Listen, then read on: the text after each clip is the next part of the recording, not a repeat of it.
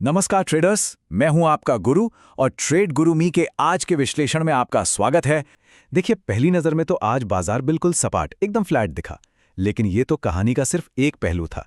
असली कहानी तो सतह के नीचे चल रही थी, एक जबरदस्त रस्साकशी। तो चलिए पता लगाते हैं कि इस खींचतान में कौन जीता और कौन हारा।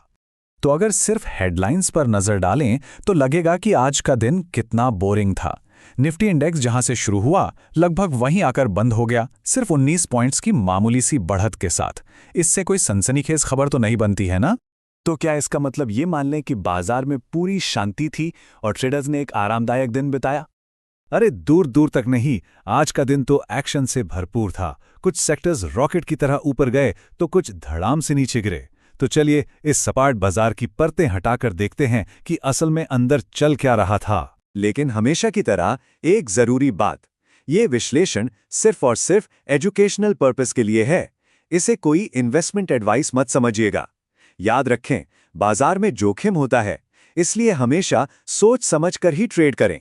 तो शुरू करते हैं पहले खंड के साथ, बाजार के दो हिस्से।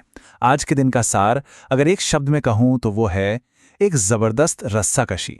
आप जरा इस पर गौर कीजिए, क्योंकि ये आज बाजार में काम कर रही दो बिल्कुल विपरीत ताकतों को दिखाता है। एक तरफ थे हमारी घरेलू अर्थव्यवस्था के चैंपियंस, मतलब ऑटो, सरकारी बैंक और हेल्थ केयर जैसे सेक्टर्स। शानदार नतीजों के दम पर एसबीआई और आइशर मोटर्स जैसे दिग्गजों ने बाजार को ऊपर की तरफ खींचा। और दूसरी तरफ था globally focused IT sector. TCS और इन्फोसिस जैसे हैवी वेट्स में जबरदस्त पिकवाली हुई, जिसने बाजार को नीचे खींचा। ये एक क्लासिक, जिसे कहते हैं ना, रस्साकशी का मुकाबला था। और आज का हीरो है लेंसकार्ट सॉल्यूशंस। जरा इन नंबर्स को देखिए। पिछले साल मुनाफा था लगभग 2 करोड़ के आसपास और इस तिमाही में सीधा 71 गुना का जंप, 130 करोड़ के भी पार। अरे और जैसे इतना काफी नहीं था, रेवेन्यू भी लगभग 40% ऊपर है। ये वाकई में एक अविश्वसनीय, मतलब अनबिलीवेबल परफॉर्मेंस है। लेकिन रुकिए, लेंसकार्ट अकेला नहीं था इस रेस में। पतंजलि फूड्स ने भी अपने मुनाफे में 60% की जबरदस्त बढ़ोतरी दिखाई है। और किर्लोस्कर ऑयल इंजन्स, इन्होंने भी 56% की प्रॉफिट ग्रोथ के साथ कमाल कर दिया। ये नंबर्स बताते हैं कि इन कंपनियों का प्रदर्शन कितना मजबूत रहा है। अगर आपको ये धमाकेदार जानकारी पसंद आ रही है तो एक सेकंड रुकिए और तुरंत ट्रेड गुरु मी को सब्सक्राइब कीजिए। एक्शन तो अभी बस शुरू हुआ है। और लेंसकार्ट इस ट्रेंड में अकेला नहीं था। जैसा कि हम देख सकते हैं, ये मजबूती चारों तरफ फैली हुई थी। एसबीआई ने 21,000 करोड़ से ज्यादा का रिकॉर्ड मुनाफा कमाया। टाइटन का मुनाफा 61% बढ़ा। अपोलो हॉस्पिटल्स 35% और आइशर मोटर्स 21% ऊपर, जिसने स्टॉक को 6.5% का उछाल दिया। और जरा टीवीएस सप्लाई चेन को देखिए, घाटे से मुनाफे में एक शानदार वापसी, जिसने स्टॉक को 14% तक चढ़ा दिया।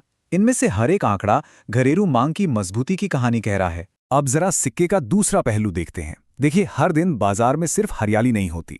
चलिए उन स्टॉक्स का विश्लेषण करते हैं जो आज रेड जोन में थे और दबाव में दिखे। सबसे पहले एलजी इलेक्ट्रॉनिक्स इंडिया। इनके मुनाफे में लगभग 65% की भारी गिरावट आई है। सोचिए, पिछले साल के 233 करोड़ के मुकाबले इस बार मुनाफा घटकर सिर्फ 98.7 करोड़ रह गया। ये एक बहुत बड़ी गिरावट है। इसी तरह अमारा राजा एनर्जी के मुनाफे में भी 53% की गिरावट देखी गई। अब पहली नजर में तो ये बहुत खराब लगता है ना? लेकिन एक गुरु का काम है पर्दे के पीछे झांकना। क्या ये गिरावट वाकई बिजनेस की कमजोरी का संकेत है, या फिर इन नंबर्स में कुछ ऐसा छिपा है जिसे ज्यादातर लोग नजरअंदाज कर रहे हैं? और यहीं पे कहानी में एक ट्विस्ट आता है। अमारा राजा के केस में एक एक्सेप्शनल लॉस है, जो कि 47.63 करोड़ रुपए का है। अब ये क्या होता है? ये एक वन टाइम खर्च है जो कंपनी के रोजमर्रा के काम से जुड़ा नहीं है। तो अगर हम इसे हटा दें तो तस्वीर उतनी बुरी नहीं लगती जितनी दिख रही थी। यही है नंबर्स के पीछे की सच्चाई। अच्छा, रेड जोन में एक और नाम हेमंत सिंह का सेडे का है, जिसका मुनाफा 65% गिरा और रेवेन्यू भी लगभग 12% कम हुआ। तो हाँ, यहां कंपनी को चुनौतियों का सामना करना पड़ रहा है।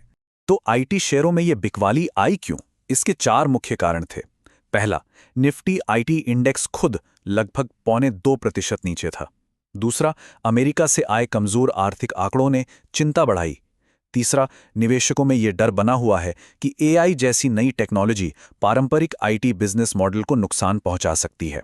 और चौथा, जिसे हम कैपिटल रोटेशन कहते हैं, इसका सीधा सा मतलब है कि निवेशक अपना पैसा उन सेक्टर्स से निकाल रहे हैं जो उन्हें कमजोर लग रहे हैं, जैसे कि आईटी, और उसे उन सेक्टर्स में लगा रहे हैं जो मजबूत दिख रहे हैं, जैसे बैंक और ऑटो, जिनके बारे में हमने अभी बात की।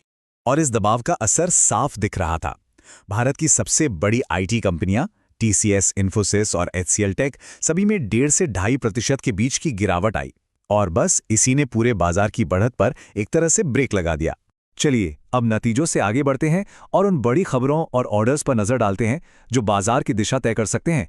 यहीं पर असली एक्शन छुपा होता है। एक बहुत बड़ी खबर फेडरल बैंक से आ रही है। रिजर्व बैंक ने आईसीआईसीआई प्रूडेंशियल एएमसी और आईसीआईसीआई बैंक ग्रुप को फेडरल बैंक में 9.95% तक की हिस्सेदारी खरीदने की मंजूरी दे दी है। ये एक बहुत बड़ा डेवलपमेंट है, इस पर नजर रखिएगा। नेटवेब टेक्नोलॉजीज के शेयर होल्डर्स के लिए एक चेतावनी। कंपनी के प्रमोटर्स ब्लॉक डील्स के जरिए अपनी 3% तक की हिस्सेदारी बेच सकते हैं। इस डील का साइज 514 करोड़ रुपए से ज्यादा हो सकता है, जिससे स्टॉक पर दबाव बन सकता है। तो सावधान। केयरनेक्स माइक्रोसिस्टम्स, इनके लिए तो आज का दिन बहुत ही बढ़िया रहा। कंपनी को रेलवे के सेफ्टी सिस्टम कवच के लिए 411 करोड़ रुपए का एक जबरदस्त ऑर्डर मिला है। ये उनकी ऑर्डर बुक के लिए एक बहुत बड़ी जीत है। और एथर एनर्जी में तो बहुत बड़ी हलचल हुई है। सरकारी फंड एनआईआईएफ ने अपनी पूरी हिस्सेदारी बेच दी है, लेकिन खरीदार कौन है? ICICI prudential, Tata mutual fund, Morgan Stanley और अबू धाबी इन्वेस्टमेंट अथॉरिटी जैसे 11 बड़े नाम। ये दिखाता है कि बड़े निवेशक कंपनी के भविष्य को लेकर कितने पॉजिटिव हैं। क्या ये इनसाइडर खबरें काम की लगी? तो इस ज्ञान को अपने ट्रेडर दोस्तों के साथ भी शेयर कीजिए, क्योंकि अच्छी सलाह बांटने से और बेहतर होती है ना? अब एक बहुत ही दिलचस्प सेक्शन पर आते हैं। कभी कभी प्रॉफिट के नंबर जो दिखाते हैं, असलियत उससे कुछ अलग होती है। चलिए प्रॉफिट के पीछे छिपे एक सच को उजागर करते हैं। इस स्लाइड को बहुत ध्यान से देखिए। प्रोटीन ईगॉव, कॉनकॉर्ड बायोटेक और एनओसीएल, इन तीनों कंपनियों का मुनाफा आपको कम दिख रहा होगा, लेकिन क्यों? वजह है नया लेबर कोड। इस नए नियम के कारण कंपनियों को एक प्रोविजन बनाना पड़ा है।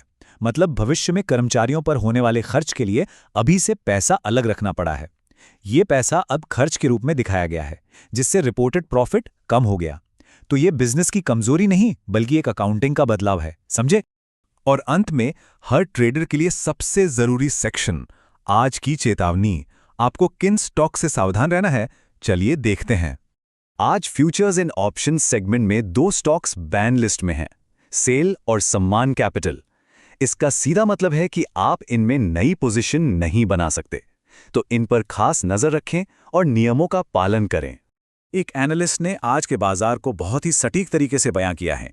ये बाजार के फोकस का ग्लोबल ग्रोथ स्टोरीज जैसे आईटी सेक्टर से हटकर भारत की अपनी घरेलू और फंडामेंटल मजबूती जैसे बैंक और ऑटो की तरफ शिफ्ट होने का साफ साफ संकेत है। और इस बड़े बदलाव का सबसे बड़ा और प्रतीकात्मक सबूत आज state bank of India market cap के मामले में आईटी दिग्गज टीसीएस को पीछे छोड़कर भारत की चौथी सबसे बड़ी कंपनी बन गया। ये सिर्फ एक आंकड़ा नहीं है, ये बाजार में चल रहे एक बहुत बड़े मंथन का प्रतीक है। तो आज का ये विश्लेषण हमें एक बड़े सवाल के साथ छोड़ जाता है। जब दुनिया भर में टेक्नोलॉजी स्टॉक्स अनिश्चितता का सामना कर रहे हैं, तो क्या भारत के घरेलू मजबूती वाले सेक्टर्स और कंपनियां ही बाजार के नए लीडर बनकर उभरेंगी? इसका जवाब तो आने वाला वक्त ही बताएगा। तो ये थी आज के बाजार की पूरी कहानी। कौन चमका, कौन थोड़ा फीका रहा और क्यों? उम्मीद है इस विश्लेषण से कुछ नया सीखने को मिला होगा। अगर ये कोशिश अच्छी लगी तो ट्रेड गुरु मी को सब्सक्राइब करना और शेयर करना ना भूलें। कल फिर मिलेंगे बाजार की नई हलचल के साथ। धन्यवाद।